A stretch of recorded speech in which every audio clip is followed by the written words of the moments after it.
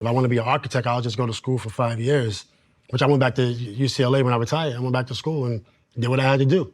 In the classrooms, I actually had a job at Circuit City also while playing in the Bowl. I had a job at Circuit City. So it's like, for me, it's like, you know, the passion and don't... Hold up, Metta, we're not just gonna breeze by. I do. You're telling us, Metta, there has to be a fan in Chicago that went and saw you play. Oh, definitely. And you sold them a DVD. Bought their flat screen.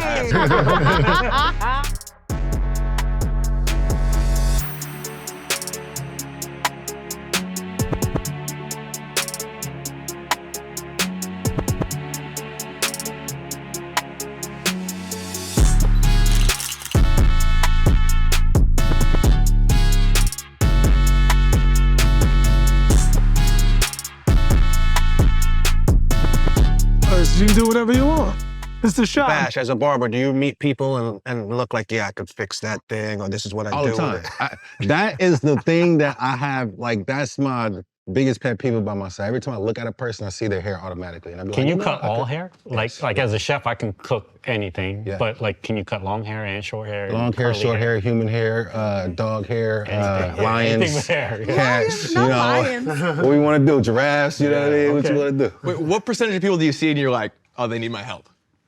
Like a lot, or like, is it like, nope, like, you know? In my opinion, 80%. So most people, you're like, you can use damn. them. But also, the other thing is like, some people you look at like they need a haircut, right? We feel like that, but it's just how they want to look. Do you ever disagree? Like sometimes people just want to be, this is who I am authentically. I'm just rocking this. I wouldn't do that. Like Yes. do you look at people? Yeah, like I could never go months or weeks without getting my beard lined up. Everything else is cool. I can wear a hat, I'm good, you know what I mean? But like this in here, my mug, I gotta have it together. But I've Because seen it's a like I lot of gotta barbers smile. with bad haircuts. What's that? Well, I'm gonna tell you why. There's barbers with all the time fresh haircut, and then you have a barber that barely gets his haircut. Yeah. Reason, because the barber that barely gets his haircut is always busy. The other barber has time. Now I'm gonna get my haircut on Friday or Thursday. You know what today? What's the time is it? You know, so it all depends. Chef, you can cook any style of food? Off the I would say dome or off the dome, pretty much. follow a recipe? Sometimes it will take a little bit of research, but the muscle memory is there, right? So just like maybe an athlete that could play all different sports because they're an athlete. Probably the only thing I can't do is sushi, because that's a specialized skill. That's like different level. But anything outside of sushi, yeah, I can. You can do it. You can cook, rock yeah. with it. Pretty And much. do you like to follow recipes, or do you just go off the taste and the feel? No, recipes.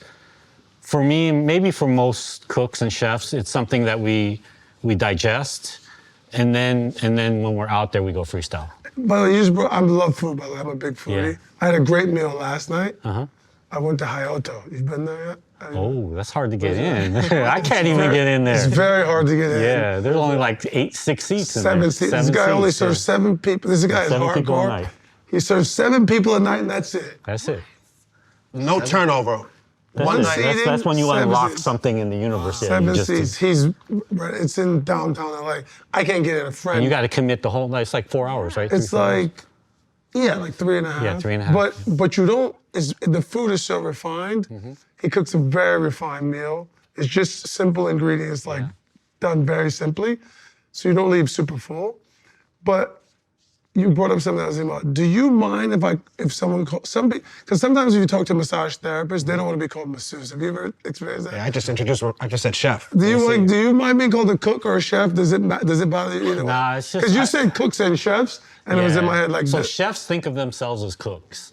We like to think of ourselves as cooks. Like, And explain us the difference. it's like because we like doing the dirty work. We like coming from the ground up. So it's like, I guess, like being called a baller or like you know, it's just something that we like to think of ourselves of like rolling up the sleeves, coming from the dirt up. We don't like to be up here. We like to be down here. Yeah. We like to do the prep. We like to put in the work.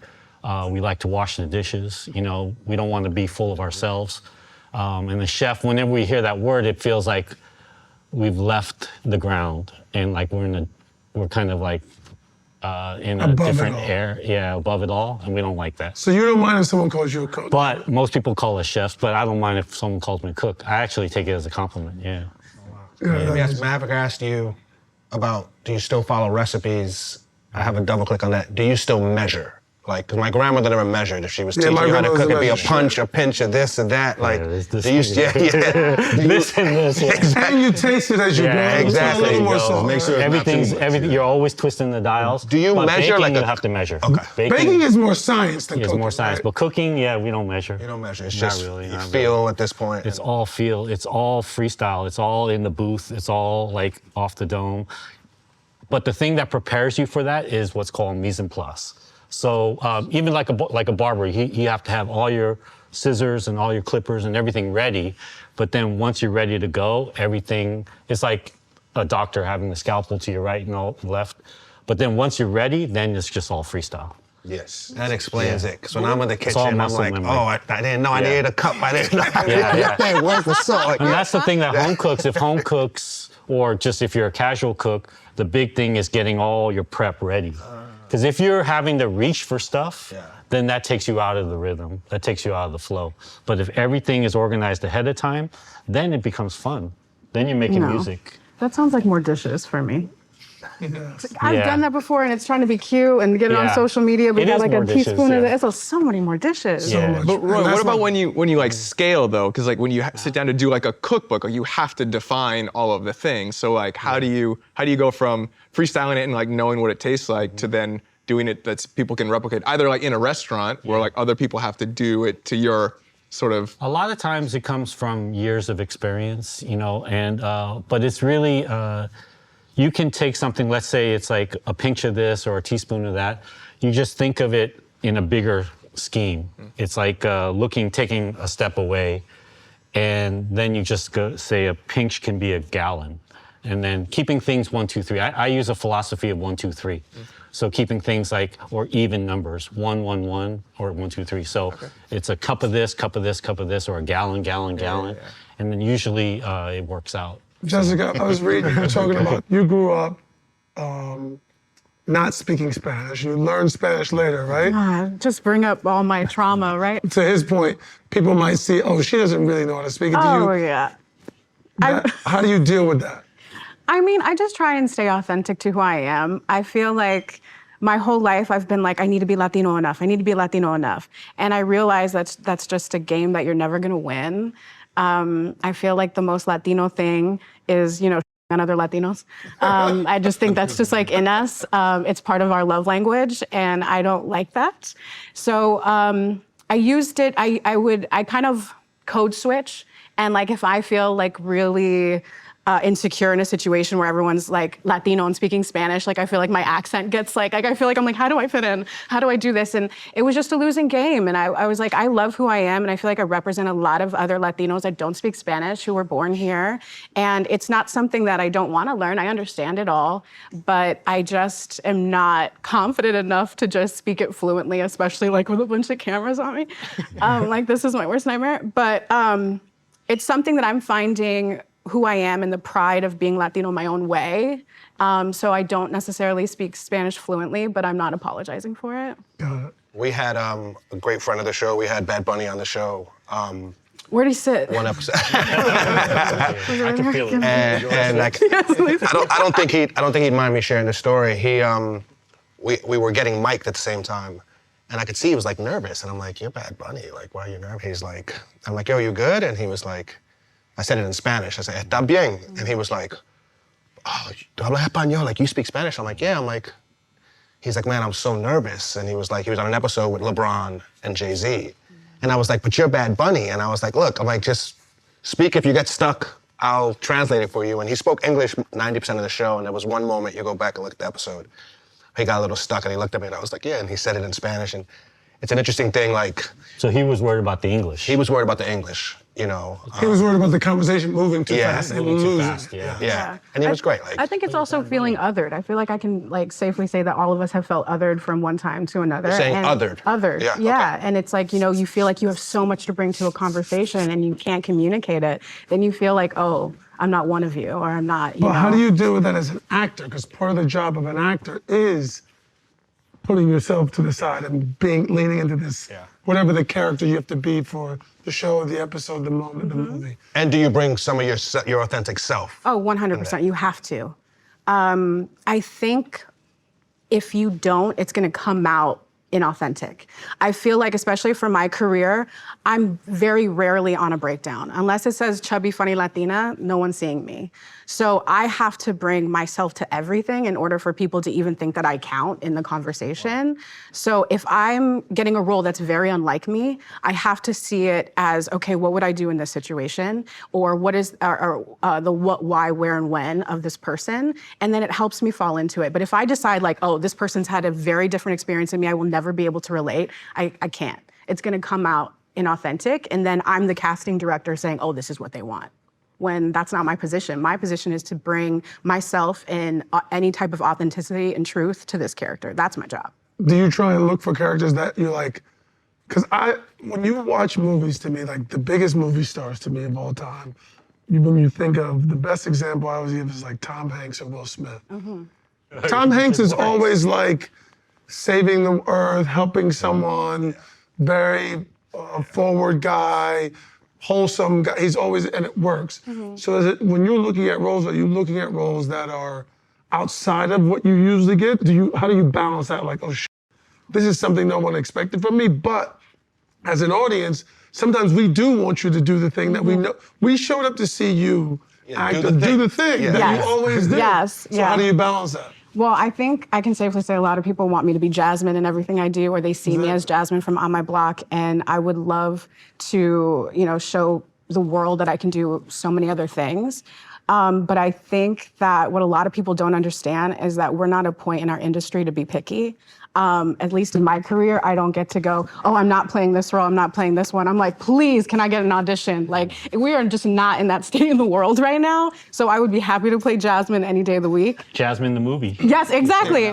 But I think to what you were saying is like, Will still had to do 6 Degrees. You know what I mean? Like, and those are roles, and Tom Hanks doing Philadelphia, like, they still brought themselves into it, but they kind of had to earn that ability to be able to play themselves. Got it. You know? If How that does it makes any feel sense. coming into those roles as a nervous person and actually killing it? Did I show you that? What, does that feel? Are you getting that from me? No. But just coming in as a nervous person and then killing it. Like, what is your feeling and reaction about that, afterwards? I live off of it. Yeah. That fear and that nervousness, I'm like, ooh, it's because I care. It's because I care and this means something to me, and I want to bring it, and I just think about what it's gonna feel like afterwards, because the best part of me as an actor is when I have no idea what I just did. When they say cut or the play is over and I'm like, what just happened? I have no idea. That's what I live for, is to be able to just disappear in something like that. Right. But you use it to thrive. You use it to feel. And when you're out, let's say you're out and somebody sees you, like, oh my God, that's her. How do you feel about that? Oh, I love it. I live like for knowing it. that you was just this nervous wreck coming in, and now you just the person that people love to see. I hope people realize that this is obtainable. We've all come from not this, and we've made it here. And so if the next generation can see if these are the dreams you want, you can do that. But my favorite thing is I remember being them. I get so many people that bless me to say oh my God, I was you in high school. You showed me that I mattered, and that's a priceless You showed feeling. me what's possible. Yes, absolutely. Or that your story matters, and you don't need to be the only brown kid in a white show. It could be your show. And I think that's so important. Metta, I want to ask you, as an athlete, we were just talking about showing up as your authentic self and playing different characters. How did you deal with that of you go from one team to another team, right? And you're Metta, right? Am I going to show up as my whole self Metta, or is it what this team needs maybe a little? How'd you, kind of that duality, how'd you think of that, going through that process? I mean, your first trade, I was with the Bulls. I got traded to Indiana. I was young, and we were losing with the Bulls, but Indiana, they were preparing for the playoffs. So it's hard to, it depends on what stage you at. But I was trying to bring myself, I was also at a stage of improving. I was kind of a late bloomer on the league. But then you go from Indiana to Sacramento. Well, I'm already arrived. Yep.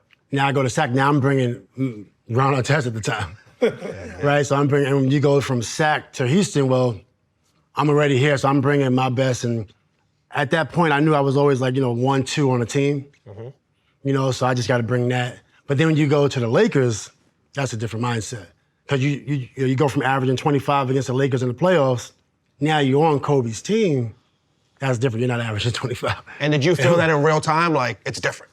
In real time, yeah. It was definitely hard for about 6 months. Not that long, because the season's only like 3 months. The beginning of the season, I actually asked for a trade because I didn't think I was going to be able to deal with it. From where? From the Lakers, the first month. When you got to the really? The first year I asked for a trade, but they was like, just like get through it, type of thing. We're not trading you, And then I said, you know what? I'm just going to be the best role player. And I decided to say, just be the best role player you ever been and be the best role player in the league. And that was hard to do. And you didn't think of going to Kobe and asking him if he wanted to change? No, man, you don't. It's a conversation. But when you first entered the league, I remember meeting you probably what year did you enter the league? 2001? I got there in 97. No, 99. 99. So I must have met you in like 02. You were still in Chicago. You were the most, I don't even know, the most, I guess, authentic person I'd ever seen. We were in this gym called Hoops the Gym in Chicago. Oh, you was there, huh? Yeah, Randolph Street. You remember. This was a gym where they would play pickup basketball in the summer. It was Michael Jordan's gym. It was the place Michael worked out, and he was retired at the time. Remember, you broke his rib that one day. Yeah. I was in the gym that day. He was preparing. That's a side story. But Michael was preparing. We might need to get back to that though. Michael was preparing to come back. He would work out, but beat pros everywhere. Pierce used to be there. Antoine Walker, Charles Oakley, all the young bulls. You guys were called the baby bulls. Yeah, like you, Jamal, Elton, Pfizer. Yeah, Pfizer. Wow, that's right. All these guys. Yeah. I was there as a kid. I was 19, but LeBron got invited, so I rolled with LeBron. Okay. He was like, LeBron was going into his junior year. It might have in been high school. 15, 16, right? It was like 16 going on 17. Yeah, I was that 16 day. going on 17. And LeBron wouldn't get the plan to run, but until the end. They would let him sneak in at the very end. Stackhouse was there. Yep. So these guys would all show up, work out, and then play. So these guys are all NBA guys. So when they show up to the gym, they got like bags. They have like 3-4 pair of sneakers. They got Team Michigan. This guy show up, white tank top, some shorts, no socks. And the sneakers he's gonna play In the sneakers, walk straight out of his car, into the gym. Let's go, let's play, and play great. No kind of warming up, no extras, no wrist. Guys would have That's that Queensbridge right there. whatever sneaker brand they had there, like wristbands and this and all that. And he would just get out the car, somebody would drop him off. Literally so my point is, you were the most authentic. I was like, this is crazy. Like, the whole point of going to the NBA is to get the issue gear and you wear the bullshit. And he was just like, he just looked like he just came from another run. He looked like he just That's probably what happened. His brother was moving outside down the street. It looked like he was sweating when he came in. So you were the most authentic. So how did you grow as you continued to grow? Because you changed a lot. Yeah. What were the biggest things that made you realize, okay, I gotta be myself, but sometimes I gotta dial it up or dial it down? How did you figure that out? Well, initially, I didn't feel comfortable around successful people. I would go to practice with the Bulls, and I didn't feel comfortable around corporate people. Got it. Just because you had never been around them in life? Life, how we grew up in New York City, 125th, Harlem. Of course. Different teachings we have. Was it also just white people? You didn't feel comfortable around white people? It was just around anybody that oppressed or suppressed us. Got it. I did not, and I let that be known. Yeah. You know what I'm saying? I let that be known. So what I would do after practice is drive from Chicago, sometimes right back to New York. I would drive 16 hours. 14 hours. Go back to the hood to feel to be like, yes. And then I would drive back to Chicago because $1 million after tax, that's $500,000. That's not enough to keep paying for flights. You know what I mean? Yeah. So I just have to hop in the car. And it took me a while to get comfort, to feel comfortable around people, that I'm not, that I question. How did you get there? I got there just by, when you're young, anyone can tell you a story, you hold on to that story. So let's just say you don't like black people because somebody told you not to like black people, or you don't like white people because somebody told you not to like white people. But I realized to make my own decisions. So this one guy was like, on Twitter, he said, I thought you was a Republican. You're not a real Republican. I said, hold on, I never said I was a Republican. And I said, I never said I was a Democrat. I'm publicly an independent, you know, and I like to have my own point of view because I have such a strong opinion. Yeah.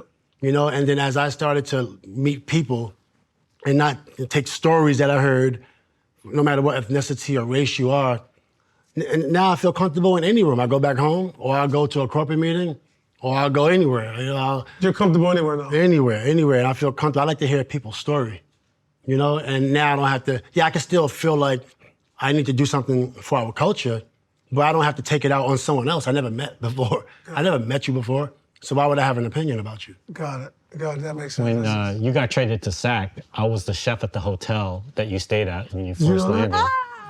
And you don't remember me, At but the embassy? At the embassy. At the embassy, but you stayed there for Was like the a food month or good? something. Yeah, it was but really the good. thing I'll about eat the whole Metta is you would come and high five us every morning, and I always remember that. Yeah, I was man. staying there when I did first You got were to always SAC. solid, yeah. Oh, I forget what I would eat. I would eat a what lot. do you I ate a lot. Yeah, he ate a lot. Yeah, We had free breakfast there every morning. I still be eating a lot. Oh my goodness. Metta, when did you talked a little bit about not feeling comfortable or yearning to get back to NY. When did you start to feel comfortable in the league? Like, I've arrived, I'm Metta, like, or Ron at the time. Like, when did you feel Well, you know, like... my first major was architecture. I wanted to build community centers. That was my first major. My second major was art. But by that time, I was going to the NBA. And once March Madness was over, I stopped going to class. Like, you know, As you should. You have to get prepared for the NBA draft. yeah, definitely. You know, I always wanted to do something for communities. You know, I wanted to build community centers around the country, and I always had these visions of just doing big stuff, everything big. I'll be the best at everything you do, and I wanted to be the best philanthropist. And I tried that, but then it was an ironic situation. Ironically, I was, you know, one of the more street dudes, you know, in professional sports, but also doing the most philanthropy. You know, so I literally had a dual personality that I was living two lives. You know, but I had to, and in some of my life, people would look at me as wanting to do something ratchet or wanting to do something street, but sometimes I want to read my math books, you know? Yeah. So I'll be in the hood on Mob D Block, you know, while everybody's doing what they do, and I'll have out math workbooks in the middle of everything. And it's like, that's a whole other personality. So it's like, sometimes I don't feel comfortable in the hood because I'm thinking about academics, or sometimes I don't feel comfortable in a corporate setting because I'm thinking about what I'm gonna do for my culture. But I had to feel comfortable with me. So now I feel comfortable every day. I do what I do. You know, if I wanna put on a suit, or if I wanna put on a bow tie if I want, or if I wanna talk about analytics, like I don't feel like, oh, I'm a nerd, or I'm out of place. So you found that comfort in yourself? I found the comfort in myself. It took a while. It took a long time. That's not easy for sure. Cole, when you, it's funny because obviously with Glambot, what you created with E and Do, it's a very curated experience, extremely curated, like choreographed almost. Like I've watched a lot of what you've done. It's very curated. So when you think about authenticity and like curation, how do you bring who you are through this very curated experience? Like even like your Instagram, which you have millions and millions of followers, it's really curated and very thoughtful, obviously. And mine is pretty curated too, because it's a lot about work. How do you think about bringing yourself through that sometimes? Like, okay, now I'm just gonna let it be me, or is it always gonna be curated? Because sometimes that level of curation can make people go, this isn't for me, I don't really know this person. Yeah, it's interesting to think about it being curated because I think that fundamentally it comes from this organic thing inside me where, you know, my content, like me directing people on the red carpet, when I first started shooting it, I wasn't like, oh, I'm gonna put myself on camera, I'm gonna be the host here. I was like, I'm gonna roll these cameras, I'm gonna do the thing that I do, which is my job, right? And so I almost am not conscious of the cameras, and I'm literally, it's like a one-on-one thing that we're figuring out like what kind of little move we're gonna do. And so that I feel like is very much like my organic self. And then as far as the feed goes, I think it's a function of the volume, right? Like I'll go to the Oscars and I'll shoot 120 Glambots. Like I have things to post over time, you know what I mean? So like it ends up being like my feed is predominantly that. But then the idea of like doing other content, like I don't know, I don't think about it too much. I like to share other things that I'm like into and doing, and I try not to. I don't think that it's a problem if I stray from the thing that you know me for, like all the Glambot stuff. I just do my own thing, and like it either resonates with you or it doesn't. I know the views aren't gonna get as much, but I don't really care. I'm like, I like this is the thing about me, and I want to share it. Like I've been recently like doing like driving stuff, like learning how to like race cars and things.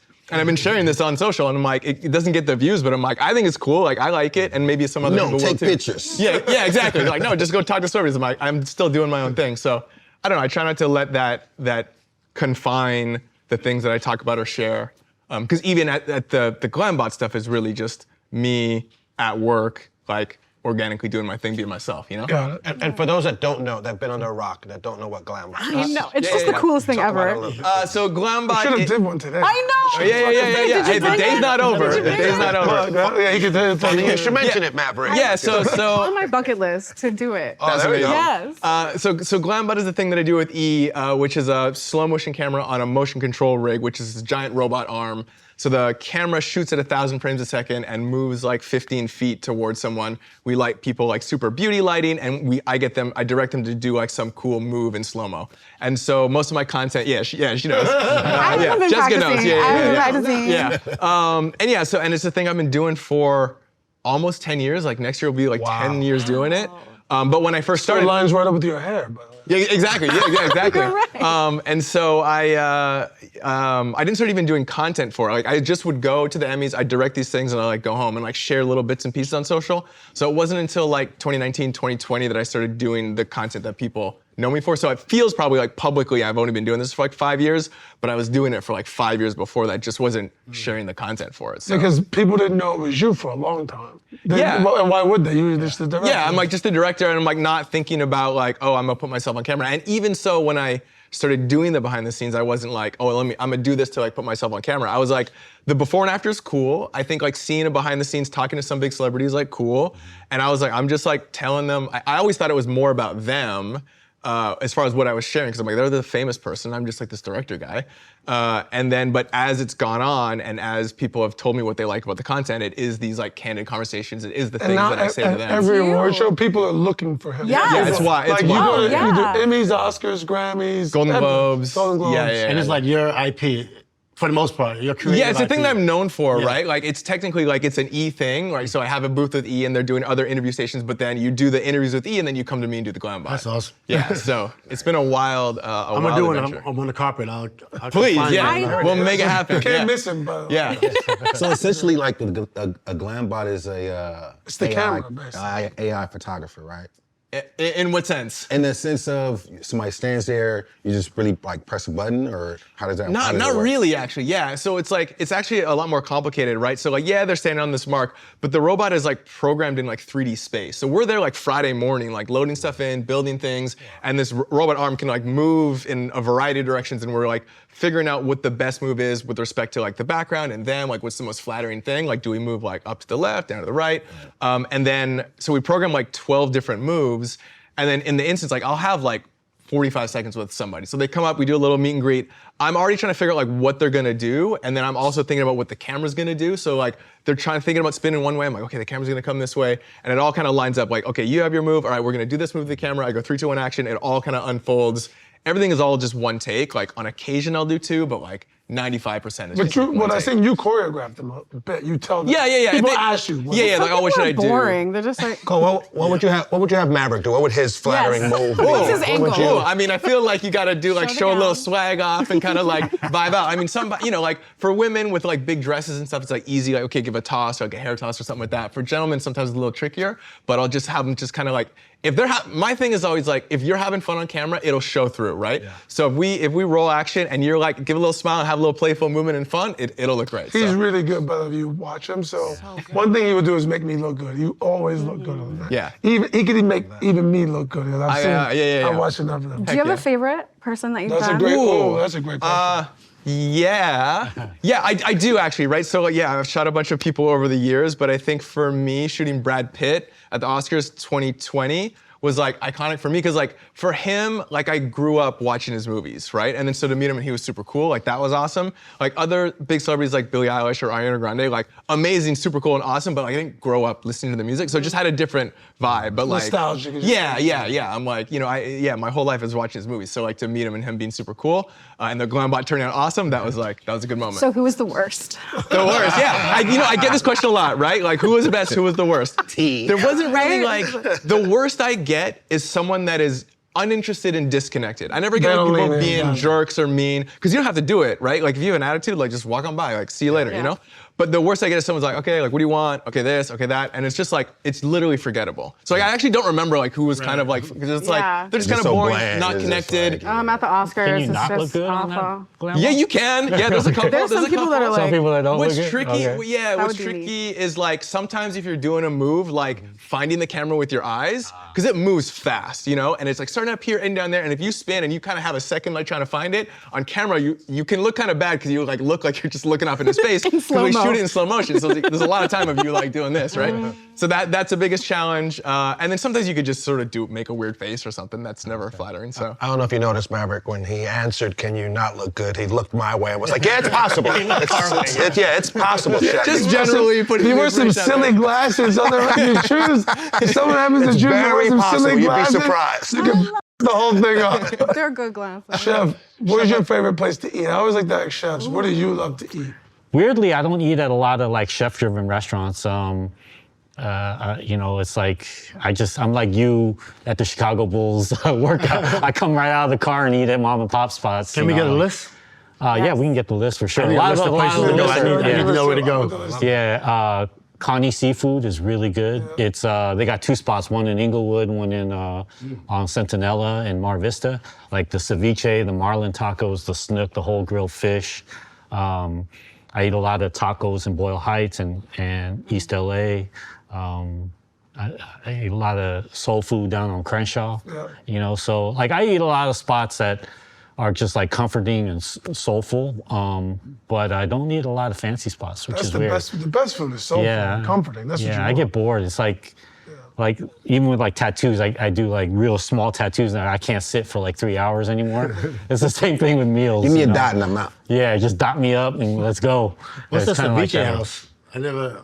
Ceviche is a place Like called. a ceviche is a bunch of stores that has ceviche houses where they. Well, there's ceviche. Yeah, there's a Mercado near USC, which has a real famous place called Holbox. And I haven't been there yet. I heard that's Yeah, the best place yeah. in town. Hold on. So they got aguachiles and ceviches, but ceviche is the ones that we have out here in LA are like raw shrimp, octopus with avocado and cucumber and like tomatoes in there, and then they put the lime in it, and then they make like a salsa verde, and they put that in there. You eat it with the tostada. You didn't bring us anything. Like, You didn't you bring just us anything. spread it on a tostada. Sometimes they put like a smoked fish paste on the bottom. Man. Whole box is everyone Yeah, says it's I the need best to. place. Yeah, I never even heard Yeah, of Holbox It's the has best really. restaurant in town. It's really broken through to broke where, through, because sometimes you don't see that every day, where things that are coming from the streets get recognized by the people in the penthouses, but Holbox is one that's But kind of you did it, Chef.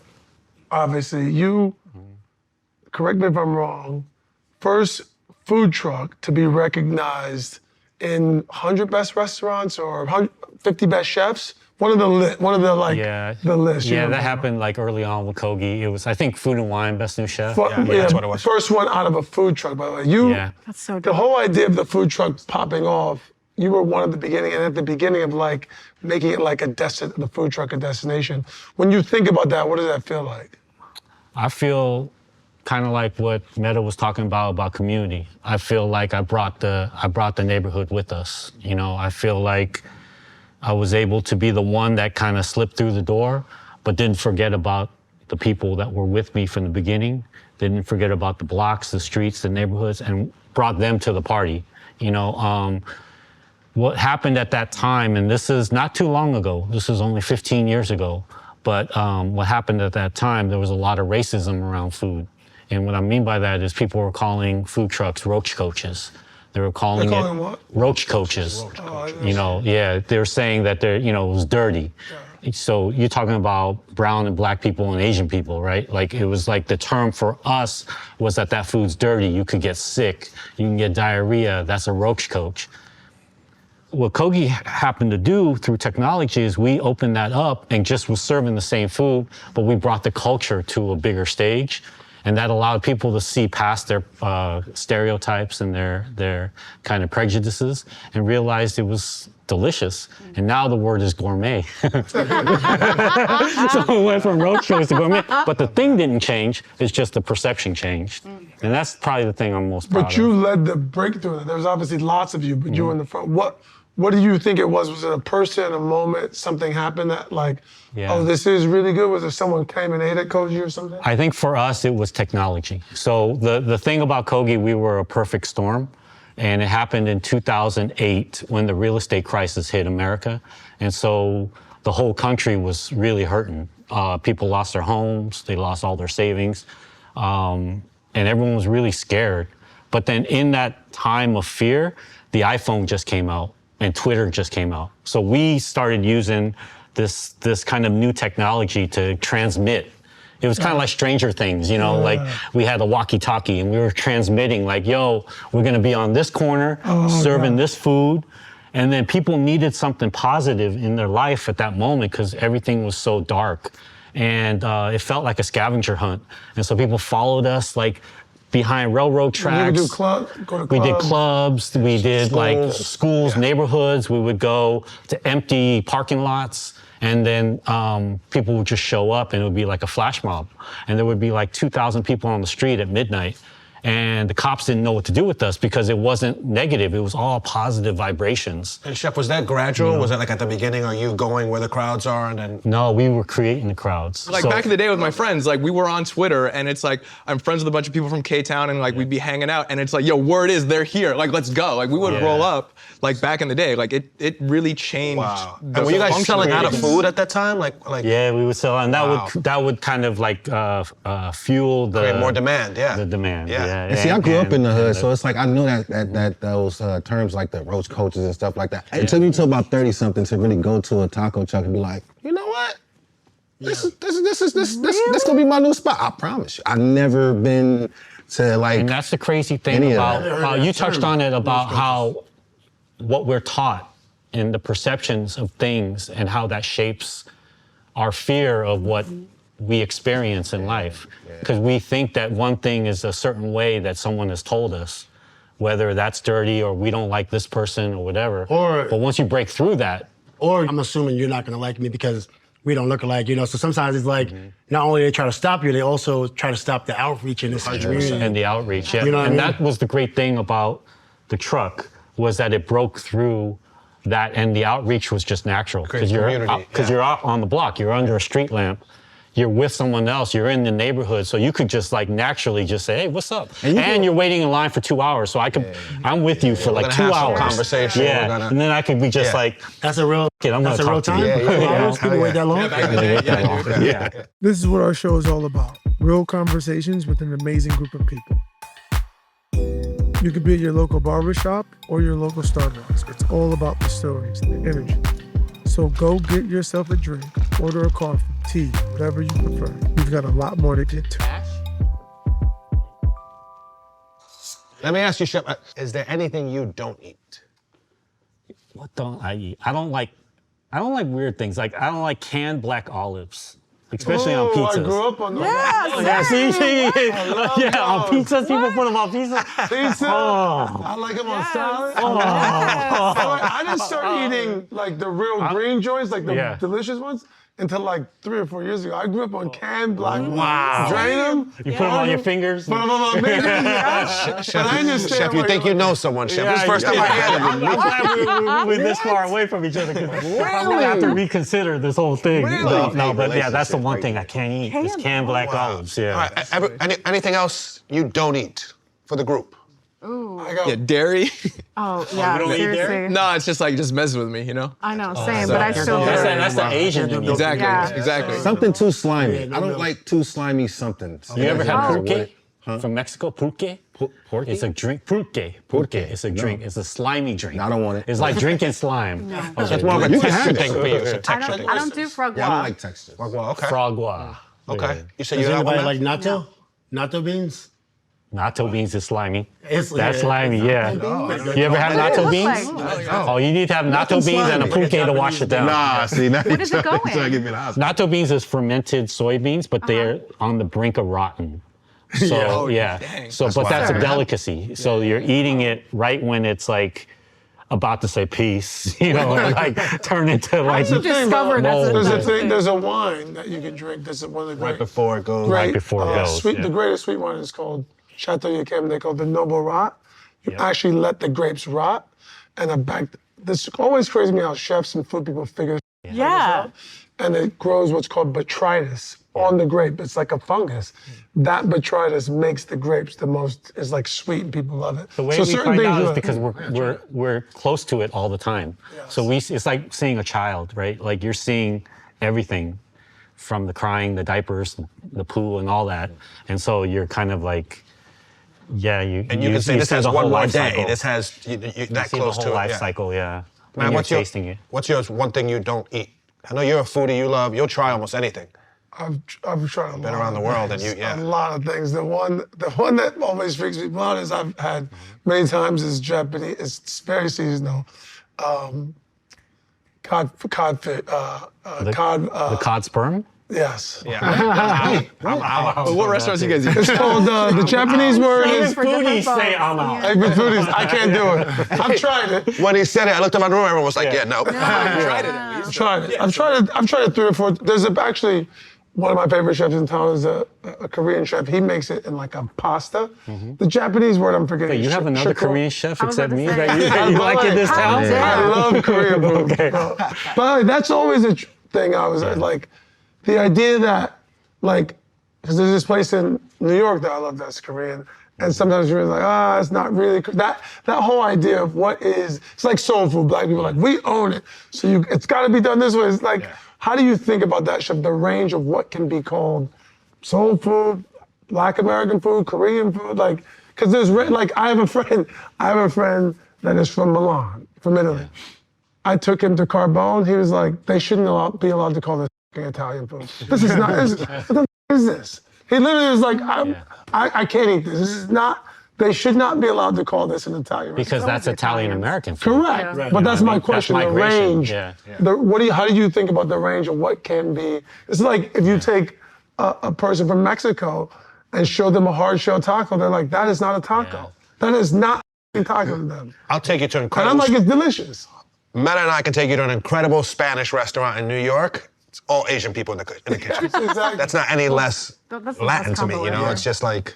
Yeah, that's how it is out here. Yeah. You go to Yeah. Koreatown, it's all You go to a Latinos soul food cooking Yeah, spot, it's food. just- and it's Hispanic but food. I- but I- Chilling, you know. But I love how things are too. merging and melting, and I think the differentiating factor is things are becoming more delicious, especially with each new generation and the knowledge that they're experiencing, and then they're coming up in kitchens. They're growing. You got to think of like for immigrants, we're going now on our second or third wave.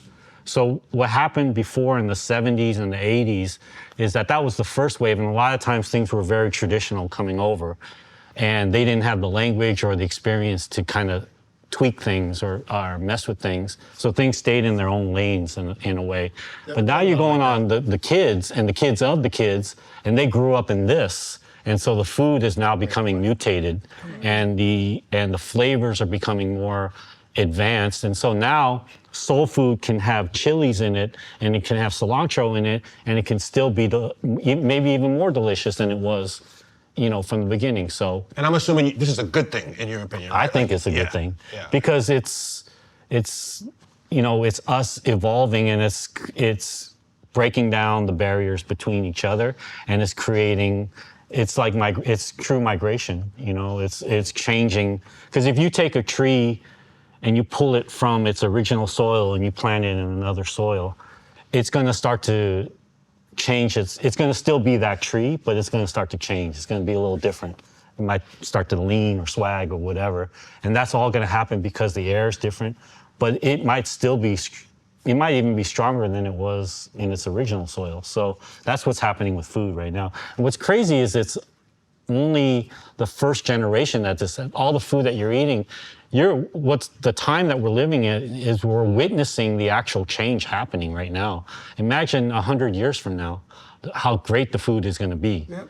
I wish we were all still alive. So I want to make I wish we were alive and you were able to eat that. Because make it to one point.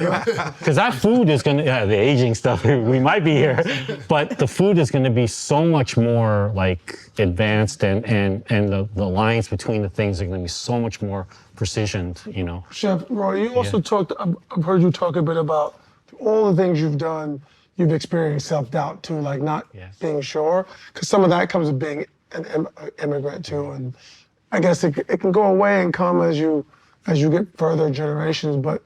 And you also talked about growing up in the 20s, you were in the streets doing, I read, doing drugs, and like, how did you balance that with success, that feeling of self-doubt?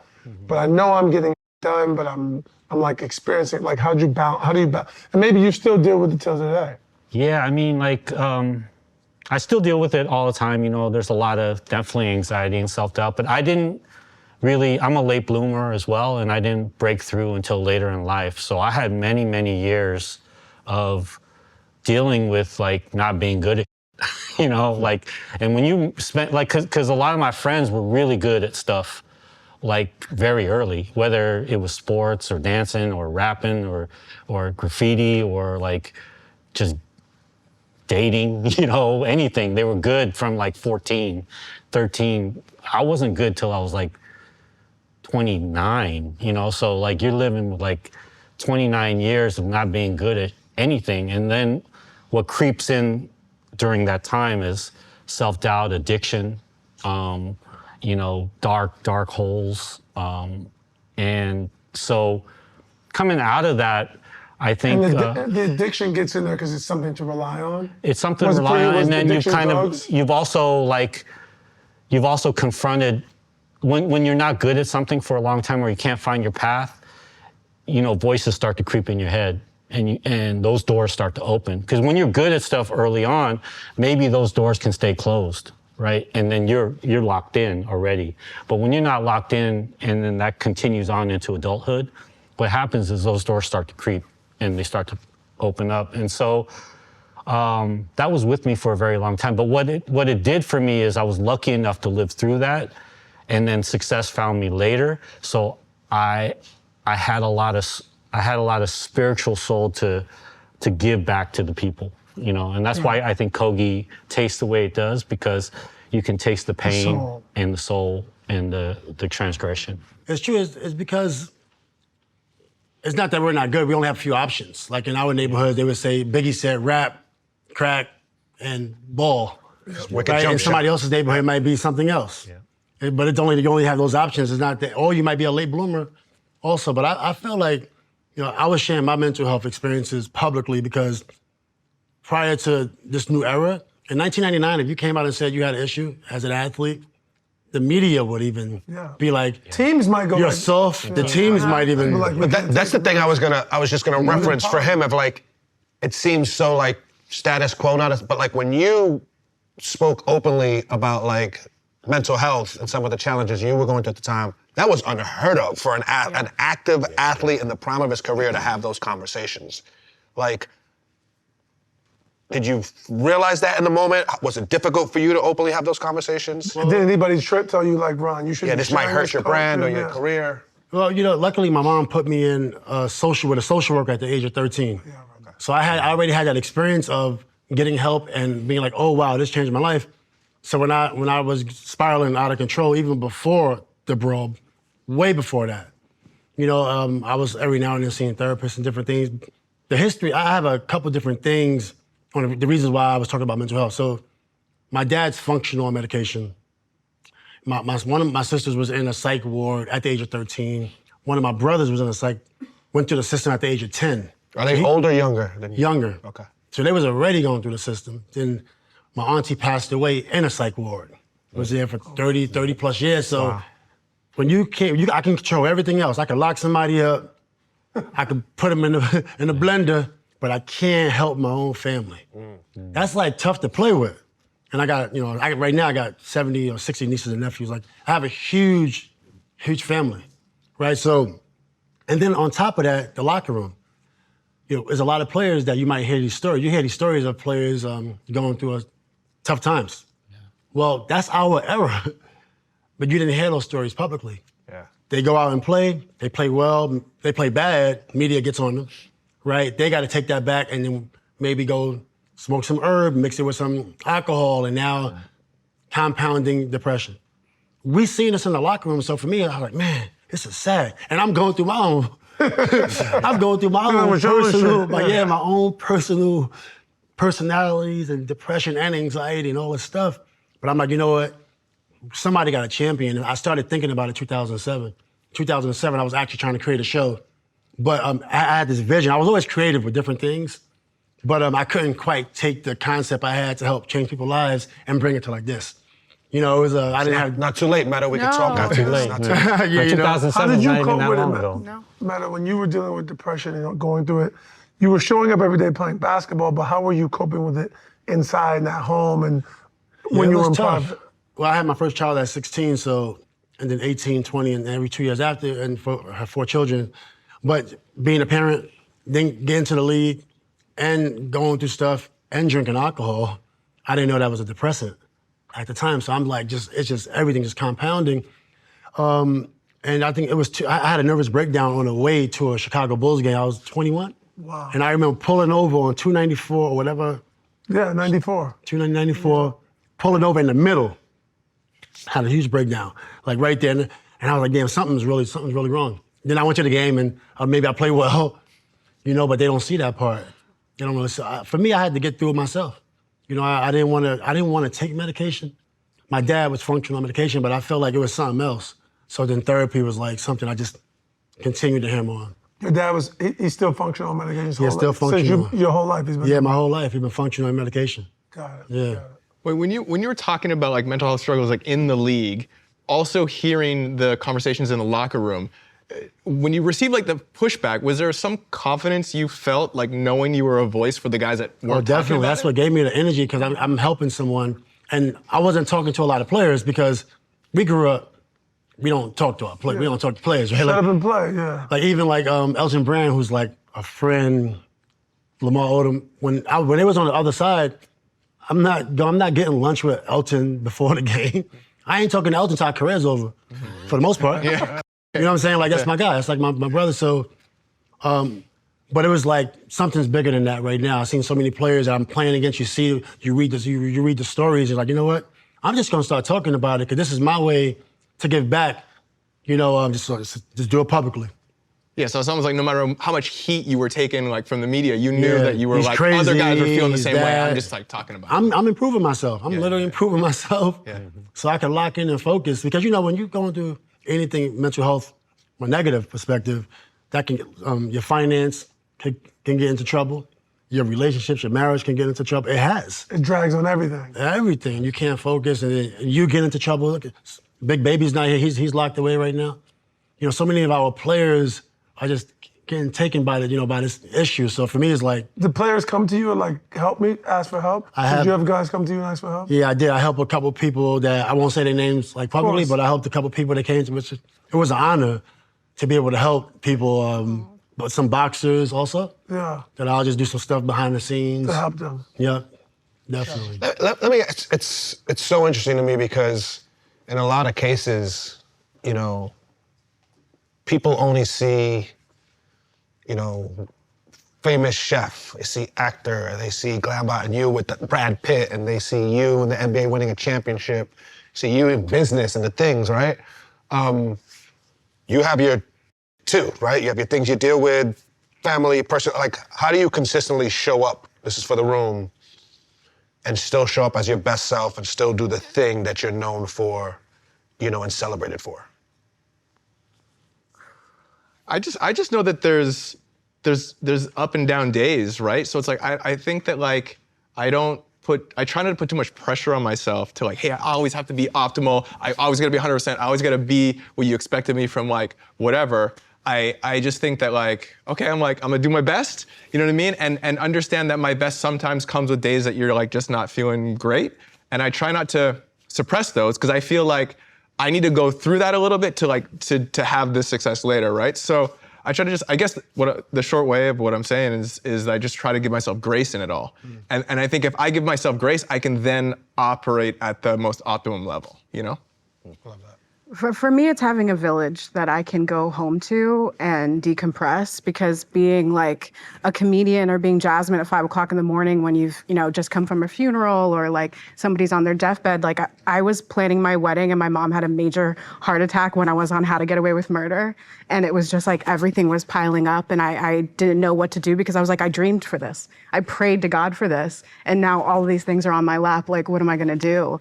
And I just remembered, if it wasn't for my husband, if it wasn't for my friends, I couldn't have showed up on set and given my best. But I had to remember too, like, this is hard. This is part of the hard part where I have to go, no, you have to smile for the next 15 hours and then figure out your life.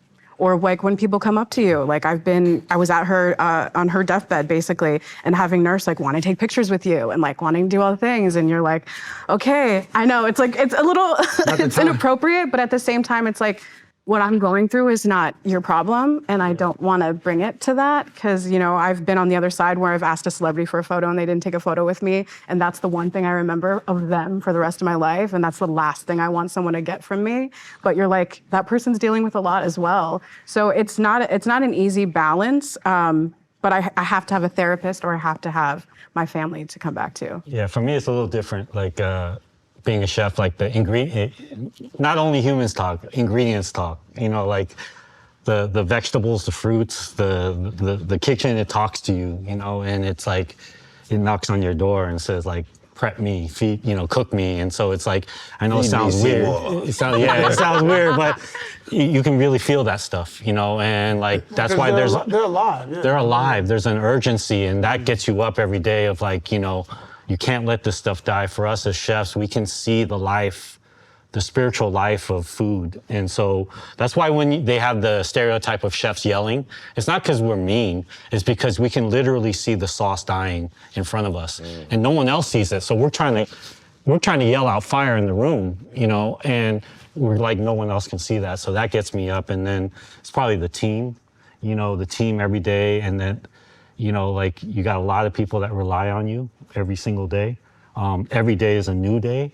And and then you can also, the other thing you can hear is hunger.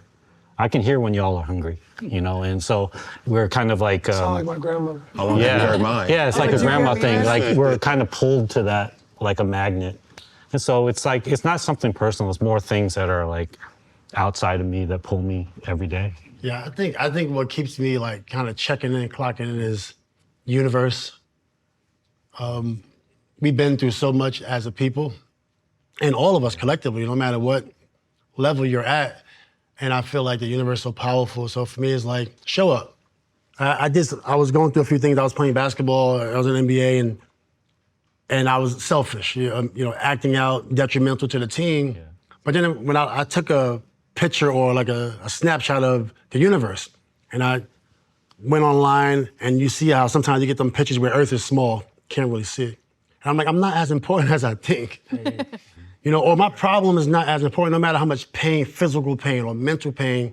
When you look up, the stars and the planet, they don't really feel your pain, right? And vice versa. So I can't continue to be detrimental to my team, or I can't continue to not show up, no matter what I'm going through. Just show up and do your job that day, right? And that's what keeps me going. And hopefully that energy, no matter what I'm going through in my life, hopefully that energy can like inspire somebody or rub off on somebody. Nice. Now, even you, like we always talk about, like, we joke, we send each other stuff on Instagram where everyone's like, how easy it is to be an entrepreneur or business owner, these things. Throughout your career, the things you've built, it hasn't been a direct line of success. Like, how have you dealt with challenges on a day-to-day and still showed up to do the thing? I think there has to be an appreciation for things that are difficult. You have to learn to be okay with them, and they're not.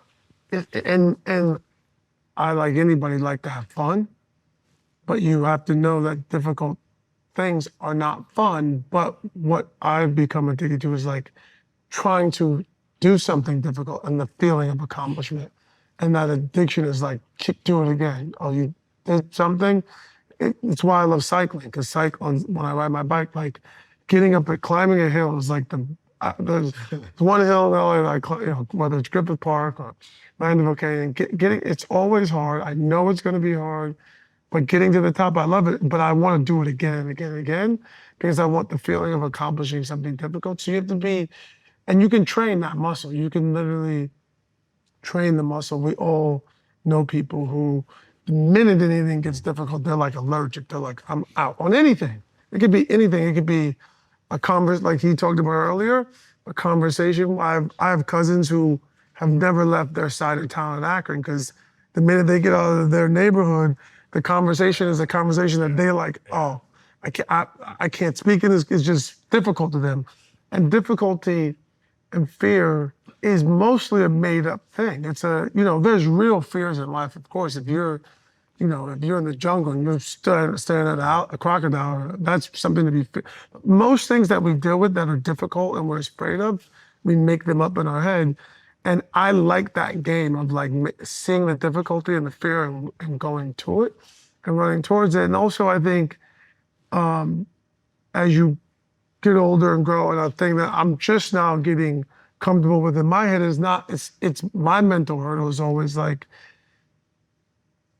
especially with family, being okay with, I'm not here and not meant to solve everybody's problems, and letting things go. Meaning, because sometimes a family member or a friend will have a problem, and I'm like, oh, I know in my head, I know exactly what they should do, what they should say, or I could give them money to solve it. Whatever the solve is, I know how to do it in my head, but it's not on me every time. I had to learn to let those things go, because I like doing difficult things and I like solving problems, and it's who I am.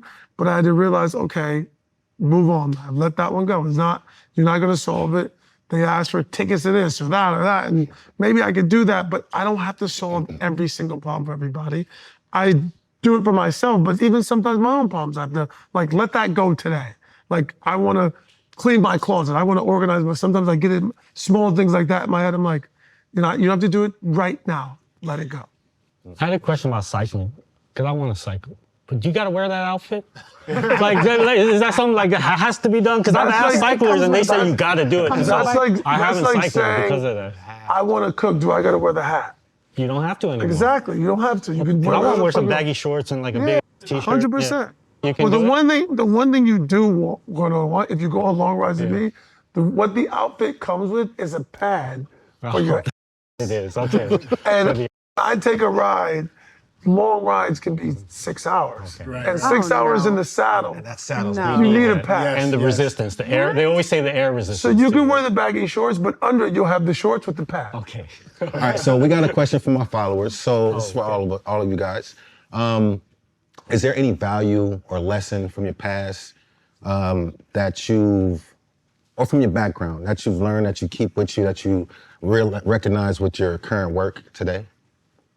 Something that brought with you, that you brought with yourself from early on, like a lesson, somebody told you? Mine is very simple. It comes from I've said it a lot, my dad, my grandmother.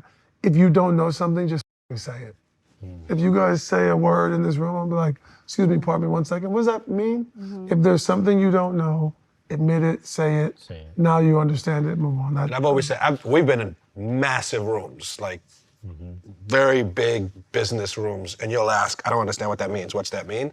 Pardon me, can you help me understand this really quick? But the beauty of you is, a month later, I'll hear you use that same thing in proper context and use it like in your vernacular and stuff like that. So to your point, you'd never be able to do that if you don't ask. So. I think for me, like being kind cost me nothing, And so I try to take that everywhere where I go, because it's like, that is a thing that I can put out into the world, and I know the receiving end, like how I feel when people are like kind and offer just some level of like thoughtfulness or whatever. Like, this costs this person nothing, has a big effect on me, and so that's a thing that I can like put out into the world that essentially costs me nothing. Just being mindful of it. So I try to take that with me when I go through the world. I love that, especially in our industry, because it's Yeah. Yeah. For me, it's every insecurity I've ever had about myself is the reason I'm successful. Like, it has brought me here. So I don't run away from them. I embrace them and find out how to monetize it. I got lucky because what I do for a living is what I'm bringing with me that I grew up with, which is feeding people. You know, like I grew up in a family where I had aunties just stuffing food in my mouth, you know, and there was just food everywhere, like, you know, and so when you're a kid, you're just like, can you stop, please? But I think that shaped me, and now I'm doing that to people, and so it's been kind of full circle. Nice. Yeah, I think for me, it's like always try to do something impossible. You know, Impossible? impossible, virtually impossible. Even when I wanted to get MVP in the league, I never got MVP. Before the brawl, I was probably gonna get it. Honestly, yeah, I probably would have gotten it. And that was in a time of giants. I just got Defensive Player of the Year. I was averaging 18. Next year, my average goes up to 24. Still the best defender. So I was actually on track. But when I got into the incident, I was depressed for a little bit. I was out for a year. I probably would have made an All-Star game, a couple things. So I got off track. But then years later, I said, it's the passion. That was your passion was the reason why you got all these accolades. I can move that passion somewhere else. It don't matter where I apply it to. If I want to be an architect, I'll just go to school for 5 years, which I went back to UCLA when I retired. I went back to school and did what I had to do. In the classrooms, I actually had a job at Circuit City also while playing in the Bowl. I had a job at Circuit City. So it's like, for me, it's like, you know, the passion and don't... Hold up, Metta, we're not just gonna breeze by. Yeah. I did. I did, but I thought it was like folklore. I thought it was like folklore. I did, yeah. So you're playing for the Chicago Bulls, and not just playing, like you're a player, like you're a real guy. Yeah. And you're working at Circuit City. Yeah, I always need something like, because time gets you in trouble. You know, time, if I have too much time and my mind is all over the place, it can be creative, it can be beautiful. So you left practice and went to Circuit City? Yeah. And clocked in. And sell 9 to 5. DVDs and get a, So there's a chance there are people. I needed to do that. something, or I'm gonna go applaud like, that. I'll be on Robert Taylor, which I was in Robert Taylor. I was in Cabrini Green, like doing my thing. People would see You me. needed to occupy your time. I need to occupy my time. If I don't occupy my time, then it's just like, it's just So not Metta, good for me. you're telling us, Metta, there has to be a fan in Chicago that went and saw you play, Oh, definitely. and you sold them a DVD that same week. Bought their flats. Hey, you got He explained them the Gave him a difference. three-pointer and a He DVD. explained the difference between the Sony, the Samsung, and the LG. My friend was working there, and we was like, you know, you get drafted, you take your man with you. Of course. Y'all living together. Well, he had to get a job. And then when I'm bored, I go to his job. Hey, what are you doing? He's working. I said, you know, I'm just gonna work with you. And then I just drive you home, and stuff like that. So On our test. That's wild. That's amazing. That's So, amazing. so Metta, by the way, thinking about doing the impossible, I heard your next thing you're thinking about is politics. Yes. Is this true? absolutely. What are you gonna do? 100%. You know, we're getting ready right now for 2028. Where are you going for, mayor? No, the highest Higher than possible Highest seat seat. in the U.S. Oh, in the U.S. Yeah, the highest So- possible seat. I get tired of, you know, these group chats and everybody's yapping about all the issues. I'm like, do something. Somebody go be mayor, go be governor. So I said, you know what? I'm getting tired of this talk. Everybody's complaining about so many different things. And I think I put myself in position with the things that I'm doing now, you know, ironically, you know, Metta World Peace, to being on the board of UCLA Psychiatric Ward, to changing the landscape of mental health in sports. And I think, yeah, anybody could say, okay, I'm gonna be president, we're gonna protect the country, but sometimes you wanna make people happy. What happened to that?